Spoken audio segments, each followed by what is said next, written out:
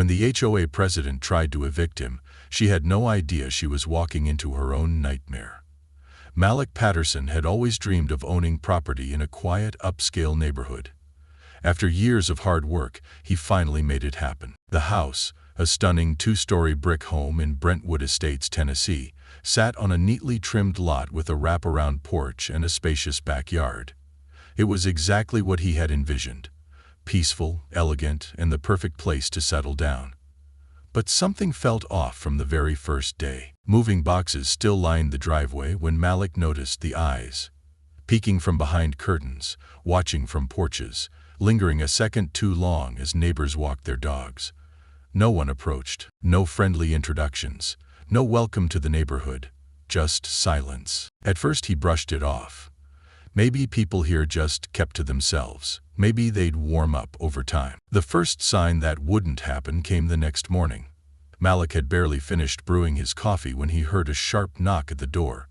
He opened it to find a woman in her mid-60s standing on his porch. She was dressed in a neatly pressed beige blouse, pearl earrings, and a pin with the HOA emblem clipped onto her cardigan. Her posture was rigid, her expression neutral, but there was something in her eyes, something Malik couldn't quite place. "Good morning," she said, her tone clipped. "I'm Barbara Whitman, president of the Brentwood Estates Homeowners Association." Malik extended a hand, offering a polite smile. "Nice to meet you. I know who you are," she interrupted, glancing past him into the house. "I wanted to go over a few things." She handed him a thick stack of printed documents, stapled in the corner. HOA guidelines. Malik skimmed the pages, noting the usual rules. Lawn maintenance, exterior paint restrictions, approved mailbox designs, standard stuff. But then Barbara cleared her throat. "We like to maintain a certain standard here," she said, her gaze settling on the moving truck still parked in the driveway. "I assume you'll have that removed by this evening." Malik raised an eyebrow. "It'll be gone once I'm done unpacking." Barbara nodded. But it wasn't a satisfied nod, more like she was making a mental note. "Good," she said. "And just so you're aware, the HOA requires that trash bins be placed at the curb no earlier than 6 a.m. on collection day. I noticed yours were out last night." "I didn't put them out," Malik replied evenly. "The previous owners must have." Barbara pursed her lips. "I see. Well, in the future, please be mindful. We have rules for a reason." And just like that, she turned and walked away. Malik shut the door, exhaling slowly. Maybe she was just particular. A lot of HOA presidents were. He wasn't going to let one uptight neighbor ruin his fresh start. But the next few days made it clear Barbara wasn't just particular. She was watching. A warning notice appeared in his mailbox about an unauthorized vehicle in the driveway. His own car. A second notice came about improper lawn maintenance. His grass had grown an inch, maybe two. Then, an HOA violation letter arrived about a porch light that was too bright, despite being the same fixture the previous owner had used. By the end of the week, Malik had collected a neat stack of papers from Barbara. He hadn't spoken to her since their first meeting, but it didn't matter. She had made herself known. Still, he kept his cool. Maybe she was this way with everyone. Maybe he just needed to follow the rules and she'd back off. But that hope faded fast when Malik took an evening walk and passed by a group of neighbors chatting on a nearby driveway. They grew quiet when they saw him. One woman offered a tight smile, but no one else acknowledged his presence. And there, standing in the middle, was Barbara. Arms crossed, whispering something to the others. Malik didn't need to hear the words to know. This wasn't about HOA rules, it was about him. But if Barbara thought she could intimidate him into leaving, she was in for a surprise. The letters kept coming. Each morning Malik found a new notice folded neatly in his mailbox, sealed with the Brentwood Estates HOA stamp. At first he tossed them in a kitchen drawer, skimming them just enough to confirm what he already knew. Barbara Whitman was determined to make his life miserable. But by the time he received the 5th letter in just 2 weeks, Malik had had enough. This time it was about his trash cans. "Bins must be retrieved within 1 hour of collection to preserve neighborhood aesthetics," the letter read. Malik stared at the paper, irritation bubbling under his skin. He had picked up his bins the same way his neighbors had, after work, but apparently that wasn't good enough. Curious, he decided to do a little test. The next morning he woke up early and took a slow walk through the neighborhood, paying close attention to the houses. By 9 a.m., dozens of trash bins were still lined up along the curbs. Some weren't even fully closed, lids propped open with overflowing bags, not a single violation notice on any of them, just his. Malik snapped a few pictures and sent an email to the HOA board, politely asking why his bins were an issue while everyone else's were ignored. No response. But 2 days later, Barbara was back on his doorstep. She didn't knock this time, just stood there, waiting, arms crossed, clipboard in hand. Malik opened the door and leaned against the frame. "Something I can help you with, Barbara?" Didn't answer right away. She looked over his shoulder, eyes scanning the inside of his home like she was taking inventory. Then she held up a form. "This is a formal request for you to submit proof of home ownership," she said. "We've had complaints." Malik's stomach tightened. "Complaints?"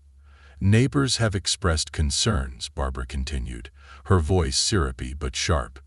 "They've noticed unusual activity. Different cars coming and going, furniture deliveries at odd hours. Some are worried you may be renting this property in violation of—" Malik let out a short, humorless laugh. "You're kidding." Barbara's face didn't flinch. He took a deep breath, forcing himself to stay calm. "First off, I own this house. Second, I've lived here less than a month. I'm still moving in, that's why there have been deliveries, and as for the cars, those are friends and family visiting." Barbara pressed her lips together, her fingers tightening around her clipboard. "Well, we have policies to ensure all homeowners are properly vetted. We'll need to verify your deed." Malik knew exactly what this was. He didn't ask any other neighbors for proof of home ownership, just him. Still, he kept his voice level. "You can pull the records yourself. It's public information." Barbara's eyes narrowed slightly, but she quickly recovered, smoothing out her expression. "I'd prefer if you submitted it directly." Malik tilted his head. "And if I don't?" Barbara's lips curled into something that was supposed to be a smile, but there was no warmth behind it. "Then I'll have no choice but to escalate the matter with the HOA board." Malik exhaled slowly, holding back the words sitting on tip of his tongue. She wanted him to react. She wanted him to get angry, to raise his voice, to give her an excuse to turn him into the problem. So he just smiled. "I'll think about it," he said, then closed the door before she could say another word. Barbara didn't like that. That evening, as Malik sat on his porch sipping a beer, he saw her again, standing at the end of his driveway talking to a man in a polo shirt and khakis. She gestured toward Malik's house, speaking in hushed tones. The man nodded, scribbling something down on a notepad. Malik didn't have to guess what was happening. Barbara wasn't just trying to intimidate him anymore. She was looking for a way to get rid of him. But if she thought she could push him out, she was about to learn a hard lesson. The next morning, Malik woke up to an email from the HOA. Subject: Notice of violation. It was about his porch furniture. According to the email, his outdoor seating arrangement, 2 wicker chairs and a small glass table, did not conform to the aesthetic standards outlined in the HOA guidelines, a vague rule, one that clearly wasn't being enforced on anyone else. Malik leaned back in his chair, exhaling slowly. He had walked this neighborhood more than enough times to know that at least a dozen homes had similar setups.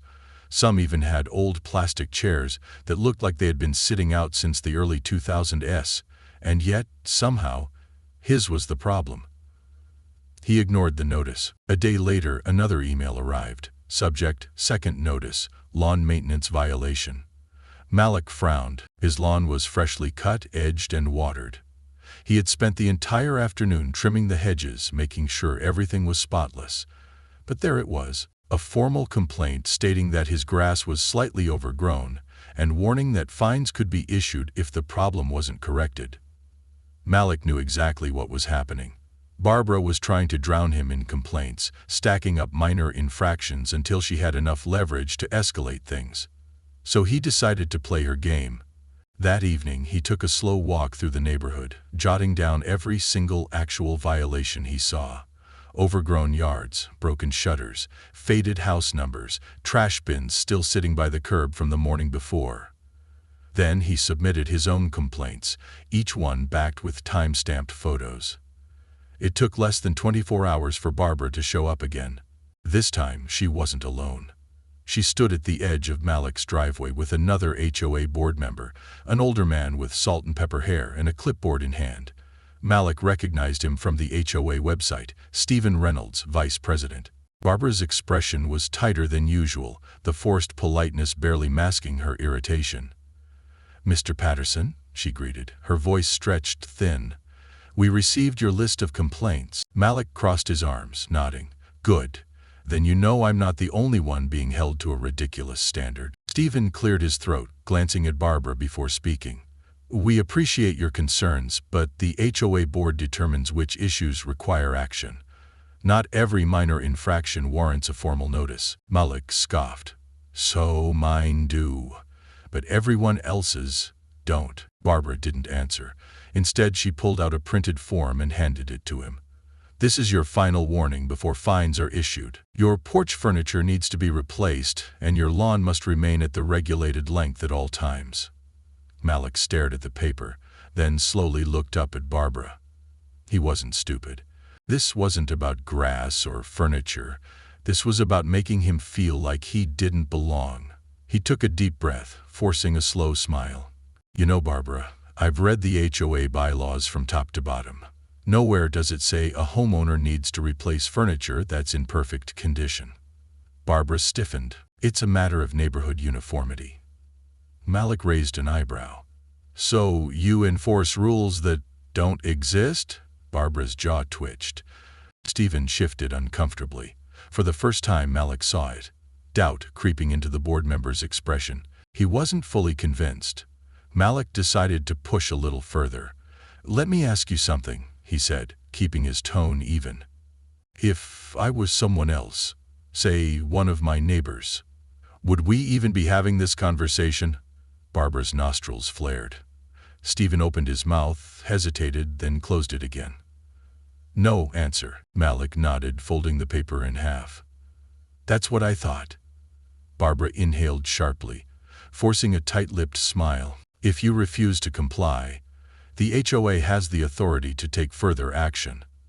Malik met her gaze, unwavering. "Then do what you have to do." Barbara turned on her heel and walked away, her posture stiff with barely contained frustration.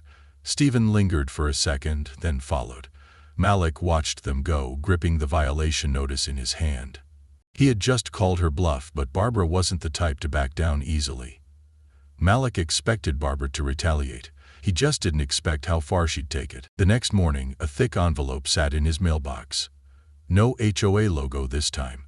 Instead, it was from a law firm. Inside was an official complaint filed with the Davidson County Housing Authority, accusing him of being a fraudulent occupant. Barbara had gone from petty fines to trying to have him legally removed from his own home. Malik stared at the document, his pulse steady, but his hands tightening around the paper. She was really doing this. He read through the complaint. The claims were flimsy. Allegations that he had failed to provide proof of home ownership, suspicions that he was renting the property under false pretenses, and a statement that multiple neighbors had expressed concerns about his presence. No names, no actual proof, just assumptions dressed up in legal jargon. For a second, Malik considered ignoring it. The accusations wouldn't hold up, but then he realized this wasn't about getting him evicted. It was about exhausting him. Barbara wanted him buried in legal headaches. She wanted him frustrated, drained, willing to just walk away rather than fight back. But what she didn't know was that she was playing right into his hands. That evening, Malik made a phone call. "Hey Joe," he said when the line picked up. "I need a favor." Joe Martinez had been Malik's real estate attorney for years, sharp, relentless, and twice as ruthless as Barbara ever hoped to be. By the next morning, Malik had everything he needed, and he wasn't just going to defend himself. He was about to flip the entire situation on its head. 3 days later, the HOA emergency board meeting was packed. Barbara sat at the head of the long conference table, her expression carefully neutral. The other board members flanked her, some looking uncomfortable, others pretending to be busy with their notes. The room buzzed with whispered conversations, homeowners shifting in their seats, glancing between Malik and the board. They had all heard the rumors. They were waiting for a showdown. Barbara cleared her throat, lifting a printed document. "We're here to address the ongoing issue regarding Mr. Patterson's residence. Given the numerous violations and the concerns raised by our community members, I'd like to speak," Malik interrupted, his voice calm but firm. Barbara's lips thinned. "You'll have a chance to respond after." "No," Malik said, setting down a stack of his own papers. "I'm speaking now." A murmur spread through the room. Barbara stiffened, but she gestured for him to continue. Malik stood, unfolding the first document.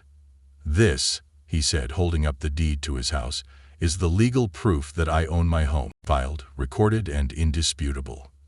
A few heads turned, some of the board members exchanged glances. Malik set the deed down and pulled out another paper. "This," he continued, "is the purchase agreement for another property, 214 Oakwood Drive." Barbara's face barely changed, but Malik saw the flicker of confusion in her eyes. Then he pulled out the final document. "And this," he said, letting the words hang in the air, "is the deed for 216 Oakwood Drive, Barbara's house." The silence that followed was deafening. Malik didn't sit back down. He let the weight of the moment settle, let Barbara process what just happened. The same woman who had spent weeks trying to have him removed had just found out that her own house belonged to him. "You might want to check the HOA records, Barbara. That foreclosure you ignored, the property sale that went through last month, I was the buyer."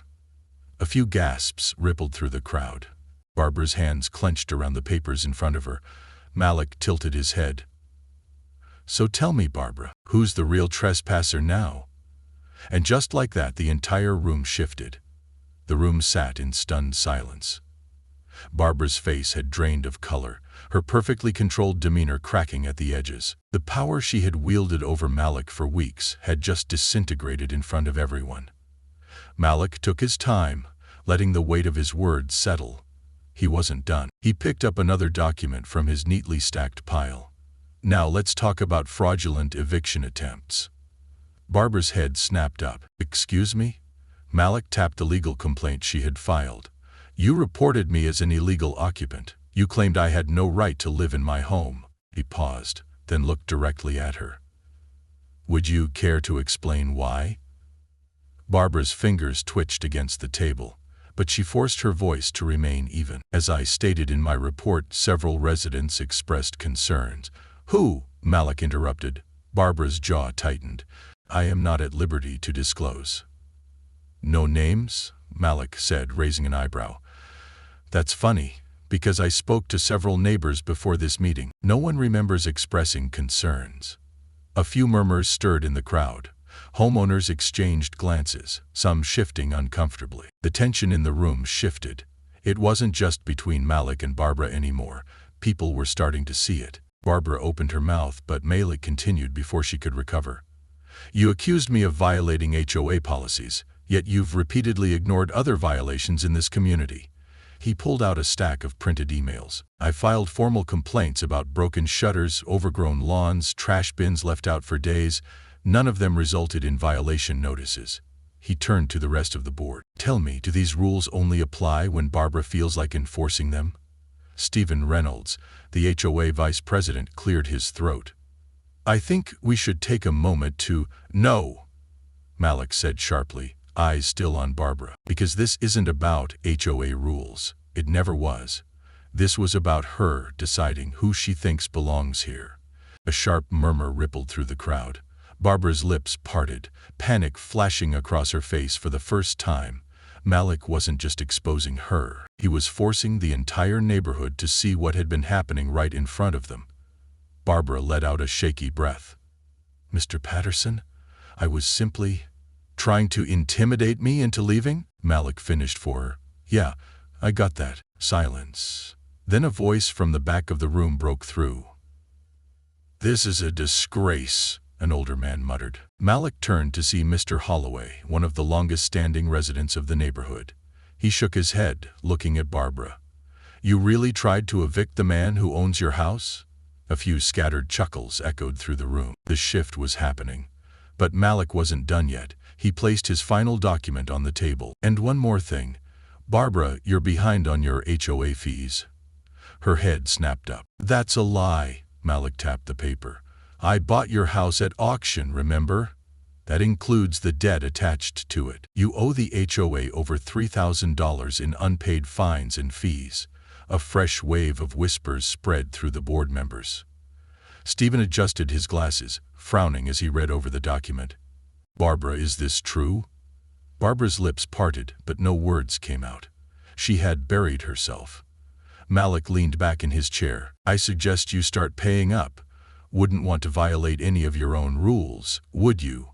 A low chuckle swept through the crowd. Even some of the board members were barely containing their reactions. Barbara's face burned red. She had spent weeks trying to control Malik, and now, in front of the entire HOA, her authority had been reduced to nothing. She clenched her jaw, scrambling for a way out. "This meeting is adjourned," she snapped, shoving her papers into a folder. "We will revisit this matter at a later date." She shot to her feet and marched toward the exit, her heels clicking against the tiled floor, but for the first time, no one followed her. Malik exhaled, the tension in his shoulders finally easing. He had won. But Barbara wasn't the type to walk away without a fight. Barbara stormed out of the HOA meeting, her face tight with barely contained rage. The silence she left behind was thick. No one moved, no one spoke. The board members shifted uncomfortably, as if finally realizing they had hitched themselves to the wrong wagon. Malik didn't move either. He just sat back, watching. Then, slowly, the murmurs began. "Can you believe this?" someone whispered. "She tried to evict the wrong guy," another chuckled. Stephen Reynolds, still seated at the table, cleared his throat. "Well," he started awkwardly, adjusting his tie, "I think it's safe to say this situation was mishandled." Malik let out a short laugh. That was one way to put it. One of the neighbors, Lisa Hendricks, a middle-aged woman who lived 3 houses down, turned to him. "I don't know what to say," she admitted. "I had no idea she was doing all this." Malik arched an eyebrow. "Didn't you?" Lisa opened her mouth, but no words came out. A few others looked away, shifting in their seats. Because the truth was, they did know. They had watched as Barbara issued violation after violation. They had seen how she singled Malik out. And yet, until she embarrassed herself, no one had said a word. The guilt was settling in now, but guilt wasn't an apology, and Malik wasn't interested in empty words. Instead, he turned to Stephen. "Since we're still here, let's discuss actual HOA violations." Stephen straightened, uneasy. "Like what?" Malik picked up his list, the same one Barbara had ignored when he submitted it weeks ago. Broken fences, trash bins left out for days, lawns that haven't been mowed in weeks. All of these violations exist right now, but somehow I was the only one receiving fines? Stefan glanced at the list, then at the other board members. A few of them looked visibly uncomfortable. They knew Malik was right. "We'll review these complaints properly," Stephen said. Malik gave a slow nod. "Good. And while you're at it, I'd like to file a formal complaint against Barbara Whitman for harassment, falsifying HOA complaints, and attempting to misuse her authority for personal grievances." A fresh wave of murmurs rippled through the room. Lisa shifted in her seat. "Do we have the authority to do that?" Stefan let out a slow breath. "The board can vote for removal if an HOA officer is found abusing their position." Malik leaned forward. "Then put it to a vote." Lisa hesitated, then nodded. "Seconded." One by one, hands started going up around the room. Malik watched as the people who had once stood by silently now voted to strip Barbara of her title. It was ironic. If she had just left him alone, she'd still be HOA president, but her own arrogance had been her downfall. A few minutes later, Stephen cleared his throat. "By a majority vote, Barbara Whitman is officially removed as president of the Brentwood Estates HOA, effective immediately. There it was, the final nail in the coffin. Malik stood, slipping his papers into his folder. "Well," he said, turning toward the door. "That was productive." A few chuckles broke the tension, and as he stepped out, he could feel the weight of dozens of eyes on him. They had all learned a lesson that night. But the person who needed it most was still in denial, because Barbara Whitman wasn't done yet. Barbara Whitman didn't take defeat lightly. The morning after her public humiliation at the HOA meeting, Malik spotted her standing at the edge of his driveway. She wasn't alone this time. Her husband Richard, a man in his early 70s with a stiff posture and a scowl, stood beside her. Malik stepped onto his porch, arms crossed. "Something I can help you with?" Barbara's voice was tight, controlled. "I want to discuss the sale of my home." Malik had expected this. After all, the thought of renting from him must have been unbearable for her. "I'm not selling," he said simply. Barbara's jaw clenched. "I've lived in that house for 32 years. Malik tilted his head. "And yet you never paid off the debt attached to it." Richard cleared his throat. "We're prepared to offer you a fair price." Malik leaned against the railing. "Define fair." Barbara huffed, her patience wearing thin. "The same amount you paid at auction." Malik let out a short laugh. "That's not how real estate works. You lost your house because of unpaid fees. I legally purchased it. If you want it back, you'll have to buy it at market value." Barbara's hands balled into fists. "That's ridiculous. You're just trying to make a profit off of me." Malik's expression hardened. "No, Barbara. I'm treating you exactly how you treated me." Silence stretched between them. For weeks, she had weaponized rules and regulations against him, convinced she held all the power. Now she was the one at someone else's mercy. Richard sighed. "How much?" Malik glanced toward the house. "Given the location, the current market, and your unpaid fees." $450,000. Barbara's face twisted. "That's outrageous." Malik shrugged. "Then I guess you'll have to find somewhere else to live." For the first time, true panic flickered across her face. This was real now. She wasn't just being removed from the HOA board. She was losing the home she had lived in for 3 decades. Richard sighed heavily, rubbing a hand over his face. "We'll consider it." Malik nodded. "Take your time."